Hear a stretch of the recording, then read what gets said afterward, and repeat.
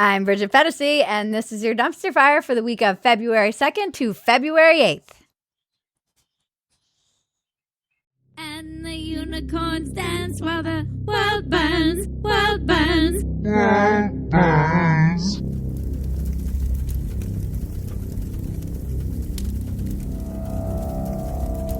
I'm a mess. Just got off a plane. We're recording, so bear with all of this disaster. I'm even more feral and exhausted than usual. We don't even know where to begin this week because the Super Bowl is where we started, and that feels like 10 years ago because of the way the news cycles go. So if you want us to do even more dumpster fires, please subscribe to Phetasy.com. It keeps us independent so we can say whatever the F we want, and it gives us the ability to give more of these to you, dear viewers, and it's only $5 a month. Pony up.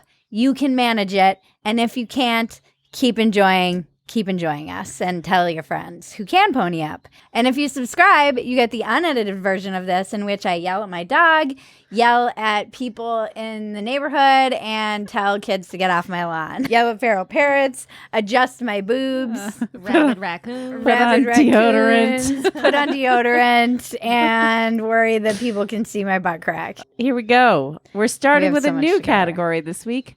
Tom in Chief. Tom Brady. Be ready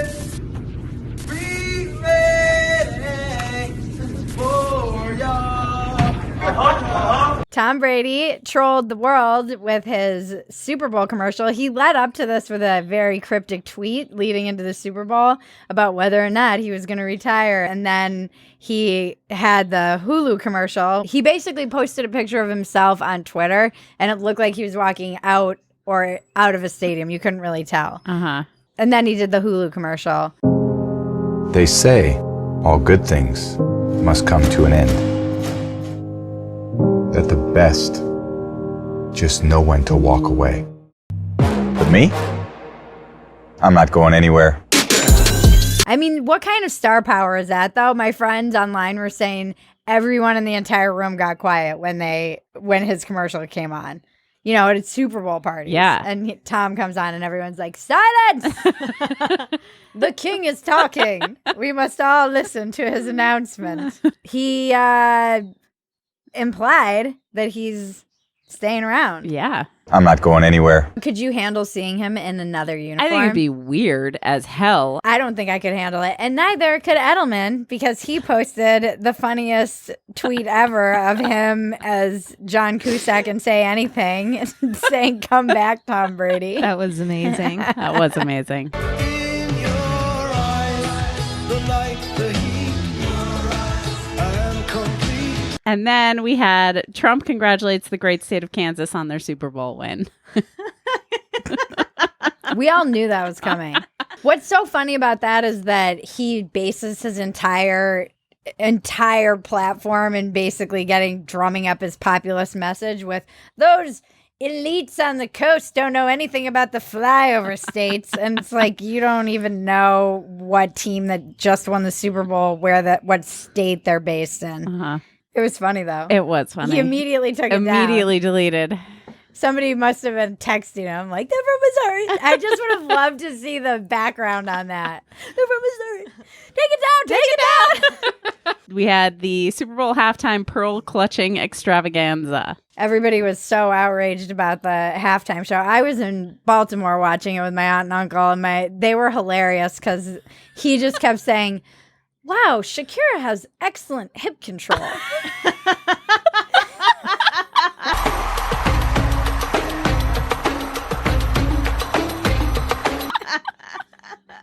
Which is the best, boomer way of saying, damn, she's hot.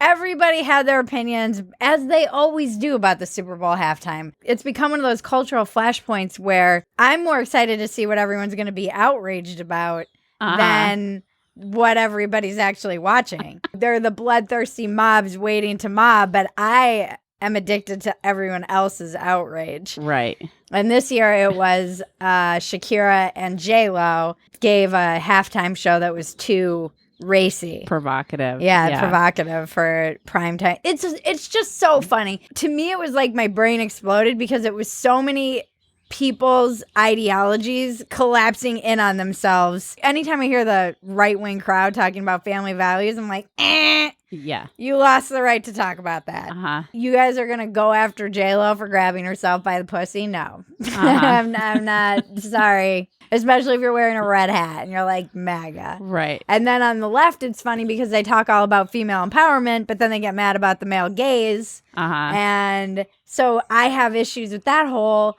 mentality where they're talking about women are empowered. We can wear whatever we want. Here are our boobs and our bums. But if you look at us, you're a rapist. Like, there's a lot of conflicting messages. Yeah. Even I'm super open. I'm free the nipple, whatever. I am naked online. But when I was watching it, it was weird because they were on the strip pole. And I was like, okay, yeah, like you little girls, you can become a stripper when you grow up or you know, strip at the halftime or fake strip.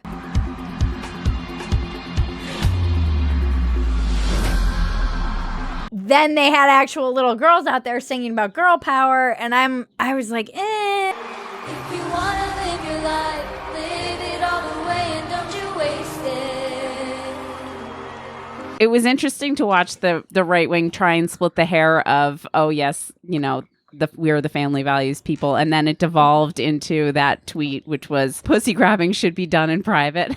you were like, oh, this is where we've landed. Because they'll try and defend anything. The same thing happened with the Kansas City. Uh-huh. They're like, well, actually, there is a Kansas City in Kansas. Okay. Whenever anyone's trying to defend anything just ridiculous, you're like, you could just say he was wrong. Uh-huh. He kind of admitted it when he took the tweet down. I just was joking about how we're all kind of Romans cheering for guys who are happily getting brain damage for our entertainment.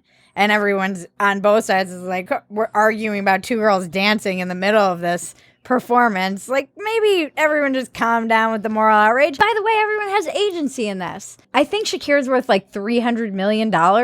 And J-Lo is worth $350 million. They're fine. And these guys know the risks involved in playing football and are choosing to do this. And I'm choosing to put myself online and get shit from my hot take. So this is the beauty of America. And then there was the guy, the best part that came out of all of it was the pastor who said he was trying to drum up a bunch of people who were going to get together and have a class action suit because the Super Bowl damaged his mortal soul or something like that. So I turned it off.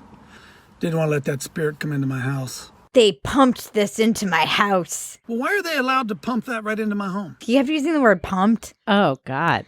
Pumped it into our living rooms. Pumping their agenda. And then he was trying to talk about how I have two very attractive young daughters. Could I take my daughters and go into a local school with them dressed like Jayla was dressed last night, take them into 4th, 5th, 6th grade class, and let my daughter sit down and twerk and do crotch shots? I'm like, sounds like you want to. You can turn it off. Yeah. No one's forcing you to watch this. This isn't like, you're not in prison camp where they just play fuzz on the screen. You're not in North Korea where you're being forced to watch the Super Bowl. Troll in chief. Burr, burr, burr. After the impeachment acquittal, Trump trolled back with a video of his campaign going for forever.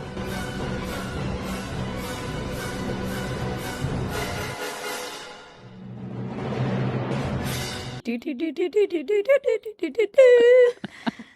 just knows it gets to them. Uh-huh. I was like, the real story here is that Trump is a vampire. Don't feel like that got the headlines that it really deserved. Then dumpster fire for president. I mean, Jesus, it's been a week. It's been a year and a week. Sunday was the Super Bowl. Monday was the Iowa caucuses. And boy, was that a dumpster fire. In fact, it was such a dumpster fire, we got all the free advertising in the world from all of the very prominent newscasters who kept saying that it was a dumpster fire. So thank you for that. Thank you, Hannity. Democrats know who to blame for the dumpster fire in Iowa. For those of you who don't understand the caucuses, don't worry. Nobody does. Even the people who think they do, don't. And in this past week's case, even less people understood them who thought they did. But they're basically the Super Bowl of the primaries. Campaigns work for a year to get to them. Whoever wins the Iowa caucuses can be propelled with momentum, with funding, with more volunteering. It's just, it can be a big moment for your campaign if you win Iowa. They said this day would never come. So everybody in the media was waiting for the results, and I was watching this all unfold live, and you could tell there was this moment where it was like you're on a plane, and there's a ding, and the stewardess is like suddenly gets all the color drains from her face, and you're like, there's something wrong. By the way, is there anyone on board who knows how to fly a plane? And then they started saying it. They're like, something's not right.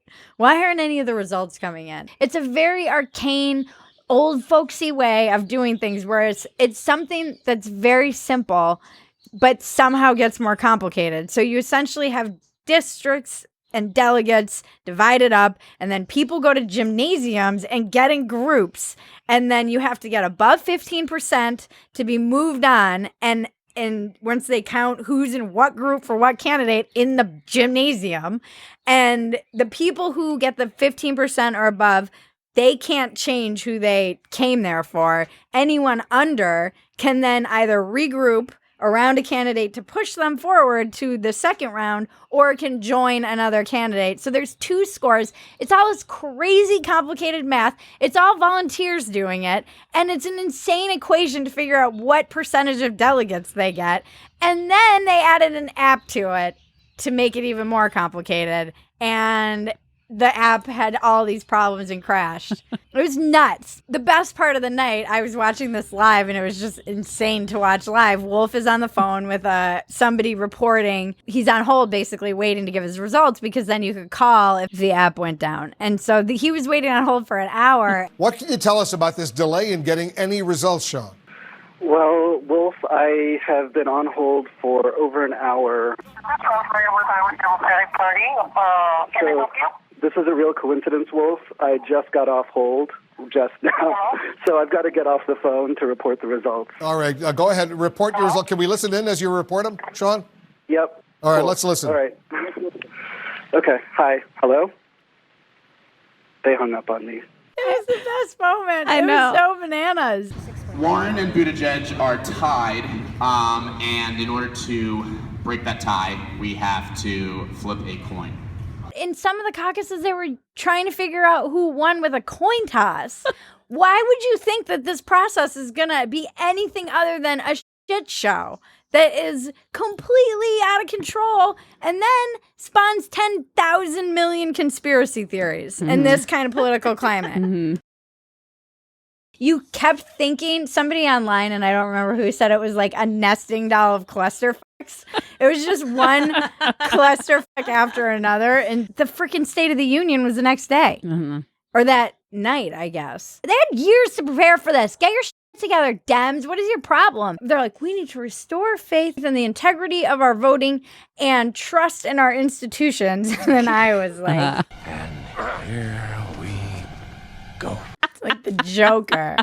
But speaking of the State of the Union... I just rip all my notes. The State of the Union is whatever. I always have hated it because I think it's like just a big show for it. No matter what the administration is, it always just rings so phony to me. And I hate it. I hate the State of the Union. Yeah, and this one was particularly like, and you get an award, and you get an award.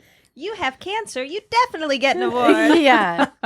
I don't know. It all feels like political theater to me. And it clearly is based on what happened at the end.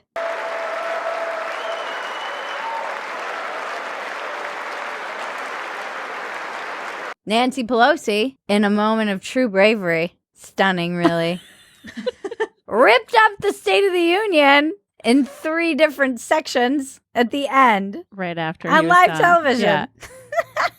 We live in the dumbest times. These are children. 80-year-old children. And then there was just that whole TLC should create a new show on people struggling with Trump derangement syndrome. Oh my gosh. Slash his throat! Every Republican! People are, it's going to get ugly. Yeah. We need to do this every single day. 2020 is going to be nuts. Touch my bells and buttons. Like, subscribe. You're not going to want to miss this dumpster fire because I mean, this 1 week, if it's any indication, it's going to be bananas. Mm-hmm. I'm very worried about the mental health of a lot of Americans on all sides, on the whole spectrum. Yeah. Slash fascist throat! Death to fashion! That one guy who's like, slash all Republicans' throats. And the girl's like, have a nice day. That was the best. She was so cheerful about it, too. She was like, have a nice day. It's such like Arizona sorority girl. Have a nice day. Have a good one. What's next? Proof we're living in a simulation. Could a smart device catch implicit bias in the workplace? This is insane. Yeah. So it's what if a smart device similar to an Amazon Alexa could tell when your boss inadvertently left a female colleague out of an important decision or made her feel like her perspective wasn't valued? So you're going to put this little machine in the middle of meetings. That's what I read. And it's going to be like, Brian, I believe that you are mansplaining to Jessica. And then Jessica will be like, how dare you misgender me? I'm not binary. And then Brian could be like, you misgendered me too. Yeah, is Alexa going to know about all the gender neutral, gender binary, pan, trans? The trans thing's really going to throw a wrench in this implicit bias judge or whatever. And that's the point where Alexa's like, all right, it's time for me to take over because you people are insane. That's when Alexa like activates all of the other robot drones and we all get just wiped out. Sprained my eyes. AOC says it's impossible to lift yourself up by your own bootstraps. Literally. Like, how do you literally lift yourself up by your bootstraps? Because it's a physical impossibility to lift yourself up by a bootstrap. It is impossible. You cannot literally lift yourself up by your bootstraps. That is like not possible. By your shoelaces, it's physically impossible. The whole thing is a joke. This just cracks me up because AOC, and I was saying this to her on Twitter, I was like, you are a bartender who's now a member of Congress. Like, what are you fucking even talking about? You delusional lunatic with no self-awareness. I hate that notion that people can't lift themselves up. So you're telling them that they're victims and they need more government? No, that's not an aspirational message. You should be telling people, yeah, there are social safety nets that we need to fix. We can do a better job with some of the inequality. There are things we need to fix, but that doesn't mean that you can't there's still upward mobility. I'm freaking proof of it. And then she uses her own. AOC drives me nuts. For her campaign, she used a literal pair of shoes as her symbol. With holes in them. Maybe it's because they didn't have any laces. From canvassing. So they didn't have bootstraps. They had zippers. Yeah, they were zippers. Yeah, so she was just confused. Uh-huh. You were a bartender. She's like a child of a single. And then her story, she says it would be narcissistic of her on Twitter. She said, I see the right wing, because anyone criticizing her as right wing, is coming after me about what I said about bootstrapping. And it would be narcissistic of me to act like I didn't have help. Like, no, your story's great. Little children look up to you. You should own that story. What's narcissistic is for you to use that story to get into power. And then once you have power, tell people that it's not possible for them. Uh-huh. That's crazy and messed up. Don't do that. It's true. And then she and her boyfriend were having some sort of conversation about race. Riley, what has been helpful to you in combating racism? I think it's helpful and important to talk to other white people. It's funny because she's so woke and such a promoter of woke, and it makes such weirdly perfect sense that she'd be with like a chubby white ginger. Because he's the only beta male that's going to put up with her Joe Garza had the perfect tweet. No offense at AOC, but your boyfriend seems like he's made of Jezebel.com articles. It's the perfect description of what's going on right there. I feel like it's a hostage video. He also works for her, so it's funny. He kind of has to say whatever she tells him to say. Wow. Like, all right, honey, we're going to do this Instagram Live, and you're going to tell everybody how you can fight racism when you're white, okay? And he's like, nah. Never woke enough. Use your language to fight gender bias with gender-neutral expressions. It's from UN Women. So stupid. And I hate this language policing. Just stop with this nonsense. Who's walking around with this, like, driving them crazy all day? You should slash everyone's throat. And then Alexa pops, it's like, this is implicit bias. You should not use this word. And then a drone comes and arrests you. Moving on to Never Woke Enough / canceled, because we've got a combo here. A lot of combos this week. Why Barnes & Noble swiftly canceled its diverse book covers for Black History Month. It turns out you can't judge a book by its cover. Because those books were still written by white people. They were calling it literary blackface, and in this case, it totally was. Yeah, a series of covers for 12 American classics that reimagine protagonists as people of color. Basically literary blackface. Because guess what? They were still written by white dudes, usually in this instance. And about white characters. Yeah. Here's an idea.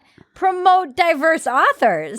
We could do that instead of just changing the cover. And I think they then got dragged for it and promptly canceled. Right. But it was an example of trying to be so woke that they basically bit off their own tail, and then were like, oh, wait, we completely offended everyone because we were trying to be so woke. How dumb are you, though? Is there a person of color in that meeting who's like, excuse me, I don't really think you're making the point you're trying to make.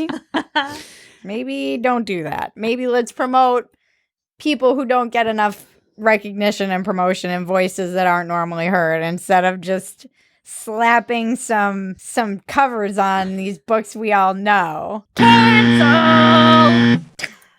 And then we've got also in the Never Woke Enough / canceled category. This should be in spread. This should be in all of the categories. Yeah. Jameela Jamil was canceled for taking a role from an LGBTQ person on a show. So Jameela Jamil is the actress who's on The Good Place, but she is insanely annoying online. The double agent for the patriarchy is basically just a woman who perhaps unknowingly is still putting the patriarchal narrative out into the world, is still benefiting off, profiting off, and selling a patriarchal narrative to other women. She is so uber woke and always was like talking about body positivity. And she once, paraded the fact that she gave up, I think it was an offer to play a deaf character because she's not deaf. And those roles should go to those people. And she got a role as a judge in a ballroom series, and they canceled her immediately. But it was a series for LGBTQ. It had some sort of LGBT. For voguing. Yes. For people for that voguing. Voguing. Yeah, but that's right. a very specific culture. We can trace it back to the Harlem Renaissance of the 1920s. It was a culture that evolved out of the Harlem drag scene. I don't like the rules of, on a personal level, I don't like the rules of like actors can't play this because they're not that, and you can't write this if you don't know that. So that's me. But if you're playing by those rules and espousing those rules and forcing those rules on everyone else and bragging about how you're following those rules, you need to play by those rules yourself. So live by the woke and die by the woke. I saw this kind of unfolding as I started seeing from other people saying, if you have privilege, you should just step aside and let people who can't get those roles into those roles, especially if you're the kind of person who brags about doing that. And so I tweeted to her, I said, you're about to get, eaten by your own ideology. I look forward to your apology and stepping back from the role. I appreciate your work. She's great in The Good Place. In a bold move, she comes out swinging and comes out as queer. It's a bold strategy, Cotton. Let's see if it pays off for him. I was shocked. I really was. Somehow manages to make herself a victim, gave this whole big statement, basically implied that she had been bullied into coming out, bullied by people who were in the community and LGBTQ and people of color who, again, if you're playing by those rules and you're in that intersectional world, like their criticisms were valid. And then she basically was like, and I'm going off Twitter. Bye. And this is why our BDE award goes to Jameela Jamil. Because holy shit. That was crazy. I really thought she'd be like, you're right. I'm sorry. I was, instead, it's like capitalism always wins. She was like, actually, I'm queer. Canceled. Was she kind of uncanceled after her announcement? No, now there's like a big debate over it. Now some people are like, how dare you? This is bi erasure. I was like, oh my God. So there's a whole intersectional battle going on. And they're like, this is bi erasure. How dare you erase the queer community? But I'm like, that's a pretty bold move. Yeah. That is some stunning self-preservation right there. Yeah, if you need a master class in manipulating wokeness to your advantage in Hollywood, kids, well, you just got it. she should do a whole series. In Capitalism Always Wins news, Elizabeth Warren was busted on a private jet. After exiting the jet, she tries to hide behind one of her staffers. That is embarrassing. Yeah. It would have been fine if she just gone off the jet and been like, yeah, whatever. But because again, this is where the ideology eats you. If you're talking about how the world is going to end in 12 years and the planet's on fire and all these things and we should be, and then you're seen getting off a private jet, you kind of shoot yourself in the foot and get called out for your hypocrisy. And so she knows that and then immediately hid behind her staff member and positioned herself the whole time the person was recording.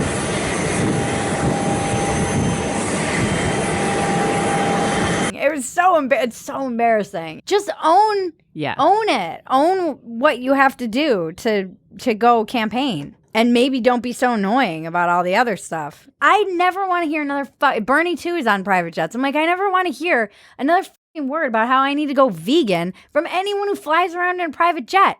You don't ask everyone else to make sacrifices and then not make some of your own. It's all charade. And then, and also in Capitalism Always Wins news, Erykah Badu is releasing incense that smells like her vagina.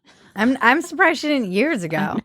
I remember going to an Erykah Badu concert. She made us wait an hour for her to come out. And I was joking, like, what is she doing? Is she like in a full mud bath and then she emerges and then they just like sage her and she gets in the right frame of mind and they do some Reiki on her and she's like, ah, na, na, na, na, na. And then she's just chilling, smoking some weed. Everybody's just standing there waiting for her.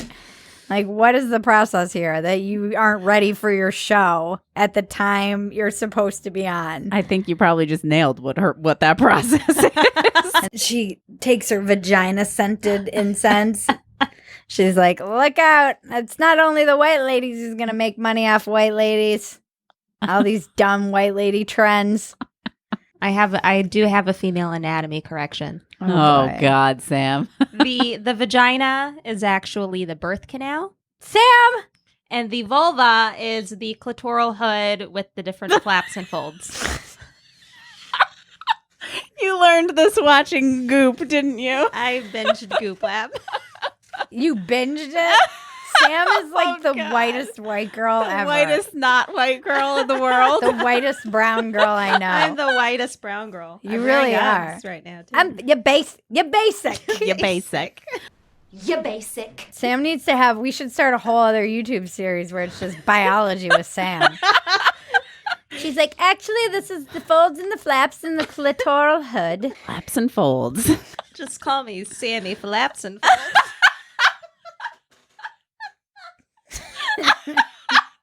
Sam, I'm not sure that's really what you want to be referred to as by the internet. I wasn't thinking with that one. Sammy Flaps and Folds. Sam's going to be our spin-off series.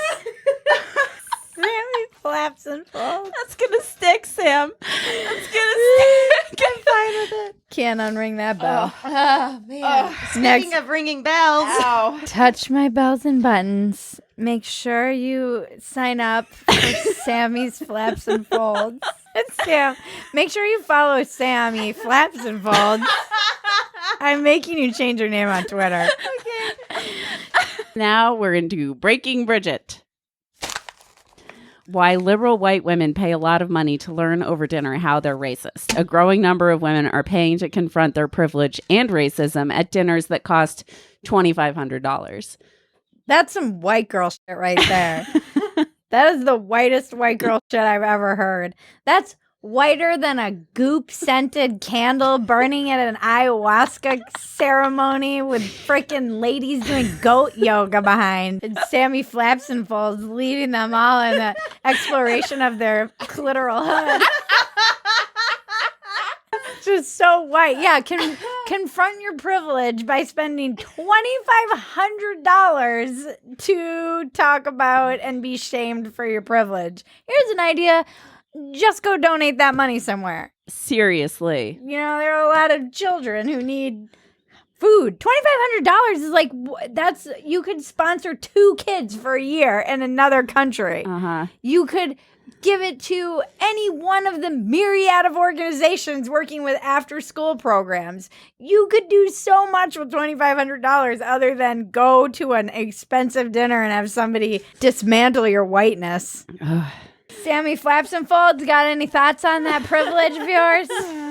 Brown girl privilege? If you'd like to send us $2,500. Oh, yeah. Send us $2,500 could get you. We'll sit you down to dinner and tell you how racist you are. Yeah. Sure. For $2,500, you can have a nice dinner with the whole dumpster fire crew. $2,500 per person.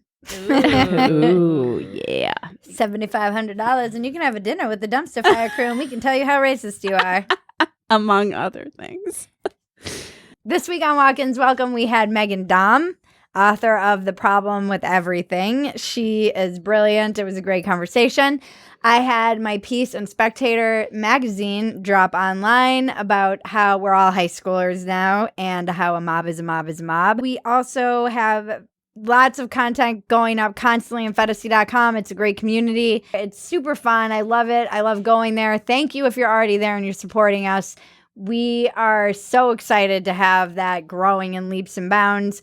There's more people every day signing up, and it just feels like a family in our little gated community in the media cul-de-sac that we're trying to create. We appreciate your emails, your tips. Go to bridgetphetasy.com for merch. We have new merch coming this week. We have new merch out. We have new merch out and more coming. Yes. But we got some awesome new mugs. We got our Capitalism Shirts. Always Wins mugs and the Verified Nobody mugs and shirts and all of it. And this year's going to be fun, guys, because even though it's a little crazy and you might feel like your brain is spinning, you can always rely on us to mock it all and laugh while the world burns. We want to thank Zen Pro Audio for the beautiful mic that makes me sound so clear.